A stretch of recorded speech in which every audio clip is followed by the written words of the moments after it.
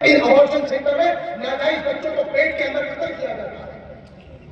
ایک ایسا بھی گینگ ہے جو ابارشن کرنے کے بعد بچوں کا جو فضلہ بچتا ہے اسے کھانے کے ایسے گندے کاموں میں استعمال کرتا ہے۔ یہ کون کر رہا ہے؟ کہ یہی سو کون کلچر یورپ کے لوگ کر رہے ہیں، جن کی سائنسی تحقیقات سے ہم بڑے متاثر ہوتے ہیں کہ یار انہوں نے دنیا کو اتنا آگے بڑھا دیا، انہوں نے دنیا کی تکنیک کو تو آگے بڑھا دیا، مگر قسم خدا کی انہوں نے انسانیت کو 1400 سال پیچھے کر دیا۔ ہم فخر سے یہ کہتے ہیں رب کعبہ کی قسم، ہمارے علم کا رشتہ آج سے لے کر کے سلسلہ در سلسلہ، استاذ پر استاذ، شیخ پر شیخ، ہر مسلمان کا سلسلہ علم جا کر کے جڑتا ہے صاحب مدینہ العلم سے۔ ہمارا رشتہ جا کے جڑتا ہے مولا کائنات سے، ہمارا رشتہ جا کے جڑتا ہے شہر مدینہ میں آرام فرما کائنات کے والی تاجدار مدینہ محمد رسول اللہ سے۔ ہم نے زمانے کو آگے بڑھانے کا کام تو کیا ہے، زندگی کے کسی موڑ پر انسانوں کو پیچھے دھکیلنے کا کام نہیں کیا۔ ہم نے آج تک انسانیت کو ذلیل نہیں کیا، ہم نے آج تک انسانیت کو رسوا نہیں کیا، ہم نے آج تک بہن بیٹیوں کی آبرو کا بازار نہیں سجایا، ہم نے آج تک بے سہارا بچوں کی مجبوریوں کا ناجائز فائدہ اٹھانے کو فیشن نہیں بنایا۔ اس لیے یاد رکھیں ہمارے مدرسے جو روایتی طور پر جلسہ کرتے ہیں رب کعبہ کی قسم، یہ سماج کو صرف ایک حافظ نہیں دیتے، یہ سوسائٹی کو صرف ایک قاری نہیں دیتے، یہ ایک حافظ سے پہلے ایک اچھا انسان دیتے ہیں۔ یہ بچے ہو سکتا ہے یہ بچے اپنے ماں باپ کو مہینے کے لاکھ روپے کما کر ڈاکٹر کی طرح نہ دے پائے، بہت ممکن ہے کہ بچے انجینئرنگ کرنے والوں کی طرح بہت بڑی بڑی اپنے ماں باپ اور سوالوں کو نہ دے پائے، لیکن ہمیں یقین ہے ان میں سے ایک بچہ بھی اپنے باپ کے سہارے بیٹھنے کی جرات نہیں کرتا۔ انہیں یہ آداب سکھائے ہیں استادوں نے، چاہے وہ مفتی فرحان ہو، چاہے وہ مفتی عبدالرحمان ہو، چاہے وہ مفتی یوسف صاحب ہو، یا ان کے سرپرست ہم سب کے سرپرست قاری شبیر صاحب ہو، یہ ادارے میں پڑھانے کے ساتھ ساتھ تربیت اور اخلاق بھی سکھاتے ہیں، ایک اچھا انسان بناتے ہیں، ایک ایسا انسان جو باپ کی تعظیم کو سمجھتا ہے، ایک ایسا بچہ بناتے ہیں جو اپنے پتا کی اہمیت کو جانتا ہے، جسے معلوم ہوتا ہے کہ ماں کا حق کیا ہے، جو جانتا ہے کہ تایا دان کا حق کیا ہے، جو اچھی طرح سے جانتا ہے کہ میری پھوپھی کی حیثیت کیا ہے، جو اچھی طرح سے جانتا ہے میری خالہ کا حق کیا ہے، جو اچھی طرح جانتا ہے میرے بڑے بھائی کی حیثیت کیا ہے اور میرے چھوٹے بھائیوں کا ان پر کیا حق ہے۔ یہ کوئی انجینئرنگ کا ادارہ نہیں سکھاتا۔ انجینئرنگ کا ادارہ آپ کو یہ تو سکھا دے گا 500 روپے کے نقشے کو 5000 میں کیسے بنانا ہے، یہ تو سکھا دے گا۔ ایک میڈیکل کالج یہ تو بتا دے گا کہ 50 روپے میں بننے والا ریمڈیسیور انجیکشن کو 5000 میں 50,000 میں کیسے بیچا جاتا ہے، یہ تو سکھا دے گا، مگر انسانیت کو بچانے کا کوئی کام یہ کوئی ادارے نہیں سکھاتا۔ کیوں؟ جو ادارہ آپ کو 1 کروڑ روپے کا ڈونیشن لینے کے بعد ڈاکٹر بنائے گا، کہ 2 کروڑ روپے لینے کے بعد آپ کو MBA اور M.Com B.Com کرائے گا، جس نے آپ کے ڈونیشن کے نام پر آپ کے اور آپ کی باپ کی دوستوں کی کمائی لوٹ لی ہو، وہ آپ کو اخلاق سکھائے گی۔ ان کے پاس اخلاق ہونے کا ڈونیشن کے نام پہ آپ کو رشوت دے دے۔ اخلاقیات تو انسان کو مہذب اور کلچرڈ بناتی ہے، اس کو سبھیتا اور تہذیب سکھاتی ہے، مگر ان لوگوں نے تو سب شکر بہت بڑا احسان ہے کہ دنیا جس تیزی کے ساتھ آگے آ رہی ہے، یہ بات تو ہم مانتے ہیں کہ کہیں نہ کہیں علم کو پروان چڑھانے میں اور موجودہ دور کے تقاضوں کا لحاظ کرنے میں ہم سے کہیں نہ کہیں بے توجہی اور بے دھیانی ہوئی ہے، مگر ہم مبارکباد کے قابل سمجھتے ہیں۔ حضور ہمارے اہل سنت سید امام کے ساتھ کے انہوں نے اصلی تقاضوں کا لحاظ کرتے ہوئے دائرے شرع کے اندر البرکات جیسے کالج اور ادارے بھی خوب ہوتی ہے، یہ دیے ہیں۔ ضرورت ہے اس پیٹرن کو آگے بڑھانے کی۔ یاد رکھیں وہ بچہ جو صرف ایک بنیادی کالج میں پڑھتا ہے، آپ اس سے بہت زیادہ دین داری کی امید نہیں کر سکتے۔ اگر اس سیکولر ماحول میں ایک سیکولر کریکلم کو پڑھتا ہے، ایک سیکولر سلیبس کو پڑھتا ہے، آپ اس سے کہیں کہ صاحب توحید کے تقاضے یہ ہے رسالت کا مطلب یہ ہے، وہ کہے گا کہ کیا فرق پڑتا ہے، رام رحیم سب ایک ہے اور خدا بھگوان سب ایک ہے، اسی کا فرق پڑتا ہے ان چیزوں سے۔ فرق تب پڑے گا جب آپ اس بچے کو ماڈرن ایجوکیشن بھی دائرۂ شرع میں اور حصار اسلام کے اندر رہنے والے کتابوں میں دلائیں۔ بے شک بے شک۔ جب تک آپ اپنے بچوں کو، چاہے وہ پرائمری کے ادارے ہو، جونیئر ہو، ہائی اسکول ہو، انٹرمیڈیٹ کے ادارے ہو، جب تک آپ اپنے خود کے ادارے ایسے نہیں بناتے، تب تک آپ اپنی نسل کی گارنٹی نہیں لے سکتے۔ اس لیے کہ ہمیں ایسے جس انجینئر کے پاس دین کا کوئی بھی حصہ نہ ہو، اس انجینئر کا ہمیں تو عذاب دے ڈالا بھائی۔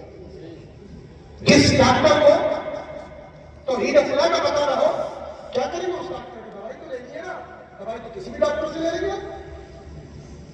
ایک مسلمان ڈاکٹر ہو کر کوئی کفر و شرک میں مبتلا رہے، ان کی باتوں پر اس کا خیال کوئی دھیان نہ ہو، تو ایسے ڈاکٹر کی جن کا ہم نے کرنا چاہا بھائی۔ ہم نے سوچا تھا کہ کوئی آئی ایس بنے گا، آئی پی ایس بنے گا، کوئی انسپیکٹر بنے گا، کوئی وکیل بنے گا، کوئی جج بنے گا، کوئی اے سی پی بنے گا، کوئی ڈی سی پی بنے گا، کوئی کلکٹر بنے گا، کوئی ڈی ایم بنے گا، کوئی اے ڈی ایم بنے گا، کوئی ایس ڈی ایم بنے گا، قوم کے کام کریں گے، دین کے کام کریں گے۔ مگر یہ تو ڈی ایم اور ایس ڈی ایم بننے کے بعد کیا کرتے ہیں؟ دین کو تباہ کرنے کے کام کرتے ہیں۔ اور وہ محنت کا کام یہ ہے، ہمیں اپنے مدرسوں کو ذرا ایڈوانس بنانا۔ کوئی مشکل نہیں ہے، ہم اتنے ایڈوانس ہو چکے ہیں۔ مفتی فراز صاحب ہے، یہ مفتی تو ہے ہی، مگر اس کے ساتھ ساتھ کیا ہے؟ یہ اعلیٰ تعلیم یافتہ بھی ہے، ڈگری ہولڈر ہے، بی ایڈ ہے۔ وہ فیضان صاحب، انہوں نے جامعہ ملیہ سے اعلیٰ ایجوکیشن اور اعلیٰ تعلیم حاصل کی ہے۔ مفتی فراز صاحب ہے، ہمارے مفتی عبد الرحمان صاحب ہے۔ یہ سب لوگ وہ ہیں کہ جو عالم ہونے کے ساتھ ساتھ کوئی بی ایڈ کیے ہوئے ہے، کوئی ایم ایڈ کیے ہوئے ہے، کوئی ماسٹر کی ڈگری رکھتا ہے، کوئی گریجویٹ ہے۔ یہ سب وہ ہے، کبھی کوئی دین کی بات بتاتے ہیں، دنیا کی بات بتاتے ہیں، تو ان کی باتوں کا بیلنس ہوتا ہے۔ جس کو دین نہیں آتا، کتنا اچھا ماسٹر ڈاکٹر ہو جائے، وہ مسلمانوں کے کسی کام کا۔ اس لیے مدرسوں کو دیکھیے ایک بات۔ دوسری بات میں یہ کہوں، یہ میں مسلسل کئی جلسوں میں کہہ چکا ہوں، ابھی تک ہمارے جو مدرسوں کا سیٹ اپ ہے مدرسے چلانے کا، وہ بیسیکلی زکوٰۃ اور دیگر عطیات پر ڈیپینڈبل ہے۔ زکوٰۃ مدرسوں کو دیتے ہیں، مدرسے چلتے ہیں۔ کیوں؟ زکوٰۃ تو آپ کو دینا ہی تھی، مدرسوں کا نہ دیتے تو کہیں بھی تو دیتے۔ آپ نے زکوٰۃ دے کے کوئی احسان کیا کیا؟ اچھی بات تو یہ ہے کہ آپ مدرسوں کو زکوٰۃ کے علاوہ فنڈ دیں۔ پیسے نہیں ہے کہ ہمارے پاس بہت پیسے، ہمارے پاس ہمارے پیسوں کا، ہماری دولت کا اندازہ لگانا ہوگا تو ہماری شادیوں میں آ کے دیکھو کتنے پیسے ہیں۔ بنیے جن کے پاس زمانے کی دولت ہے، وہ ایک دن میں ساموہک وواہ کے نام سے 100 شادیاں کرتے ہیں۔ بنیے جو سونے چاندی کا کاروبار کرتے ہیں، جن پر دنیا اپنے سونے چاندی گروی رکھ کے پیسے ادھار دیتی ہے، جنہیں مہینے کے 1000 سے 1100 روپے سود زمین واپس دیتی ہے، وہ بنیے جن کے پاس دولت کے انبار ہے، جو ہماری زمینیں، جائیدادیں اور زمینوں کے کاغذ گرہن اور گروی رکھے ہوئے ہیں، وہ ساموہک وواہ کے نام پہ 100 شادیاں ایک منٹ میں کر لیتے ہیں۔ اور وہ مسلمان جو دلی میں جا کے پینٹ سیتا ہے کارخانوں میں، وہ مسلمان جو چنڈی گڑھ میں جا کے انڈے بیچتا ہے، وہ مسلمان جو سورت، احمدآباد اور گجرات کے کارخانوں میں کوٹ پینٹ کی سلائیاں کرتا ہے، اس کی شادی بھی ایسی ہوتی ہے جیسے نواب رامپور کے چچا کا خالہ کا بیٹا کر رہا ہو۔ 3-3 4-4 دن تک شادیاں مکمل نہیں ہوتی۔ پہلا دن کیا ہے؟ پہلا دن ہلدی کا، دوسرا دن مہندی کا، تیسرا دن بارات المائیوں کا، چوتھا دن بارات لے جانے کا، پانچواں دن اٹھ یاد رکھے، اچھا آدمی وہ نہیں ہوتا جو شادی اچھی کر دے، اچھا آدمی وہ نہیں ہوتا جو دنیا پہ اپنی دولت کی نمائش کر دے، اچھا آدمی وہ ہوتا ہے جو وقت پر اپنی دولت کو تعلیم کے نام پہ خرچ کر دے۔ اپنے پیسوں کو تعلیم پر خرچ کیجیے پیسہ ان علماء کو، اور ان سے کہیے کہ حضرت جس طرح سے آپ اپنے مدرسے میں فلاحی ادارے میں ایک بچے کو حافظ بناتے ہیں، ہم یہ چاہتے ہیں کہ آپ پرائمری تک کے ٹیچر رکھیں، ایک ٹیچر کی سیلری ہے تو آپ کو درست رکھیں۔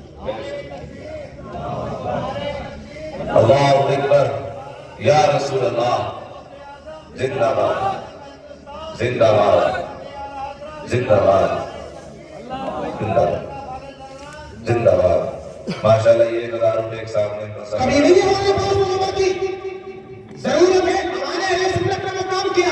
پیر ہے، لوگ سمجھتے ہیں پیروں کا کیا کام ہے؟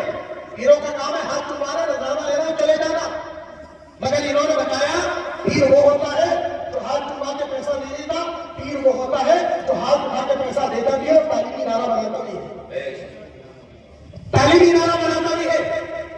اعلیٰ حضرت نے اپنے زمانے میں تعلیمی ادارہ بنایا، سعد اللہ فاضل نے اپنے زمانے میں تعلیمی ادارہ بنایا، پوری زندگی سعد اللہ فاضل علیہ رحمہ نے اپنے ادارے سے تنخواہ کے نام پر 1 روپیہ نہیں دیا، 40 سال تک پڑھایا، 40 سال تک تنخواہ والے رجسٹر میں ہر مہینے کی اللہ لکھا ہوا۔